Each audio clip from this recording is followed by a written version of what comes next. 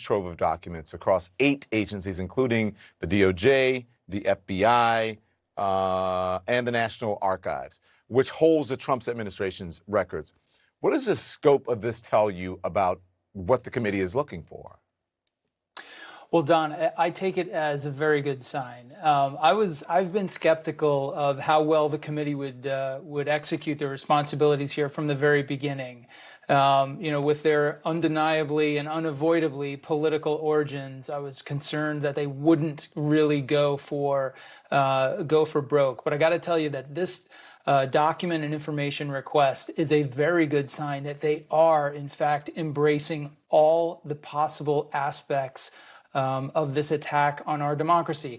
What led to it, the information that each agency had leading up to it, what happened the day of the attack, what sort of communications were happening between people in the White House, between folks in the White House and on the Hill, and then, of course, how we handled the aftermath. So I think it's a good sign that the committee is being aggressive and they are going to try to be as complete as they can. The former guy is saying that he is going to invoke executive privilege. We have seen that before. Do you think that's going to work this time?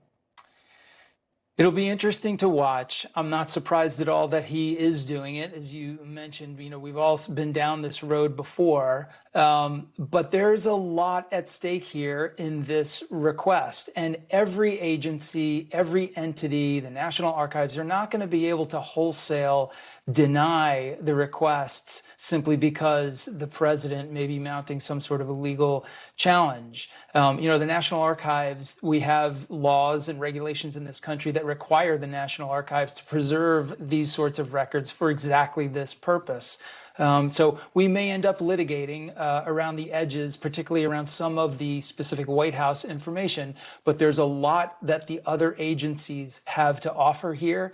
And I think we'll probably have more success getting information from DHS, from the FBI, and from DOJ. They are trying to look at Trump's every move on and around January 6th.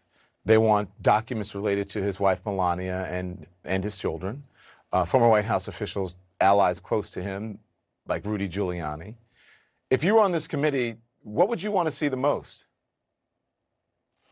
Well, I think those things that you've mentioned are particularly interesting because, as we know, several of those folks were present at the rally on January 6th before the attack on the Capitol. So it's only logical that you would want to know what sort of conversations and communications they had leading up to their presence in that rally, maybe after the rally, conversations about what was happening as it was happening. So that stuff I think will be fascinating if we can get it.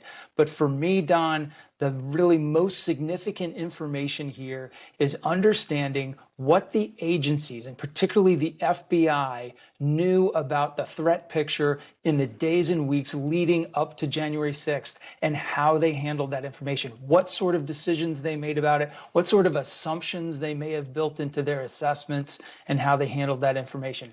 I think that's where we have really some room to improve on the obvious failure of January 6th. When I said it was wide-ranging and wide-reaching, they also want documents, I found this interesting, related to any discussion of the 25th Amendment from November 3rd of 2020 to January 20th.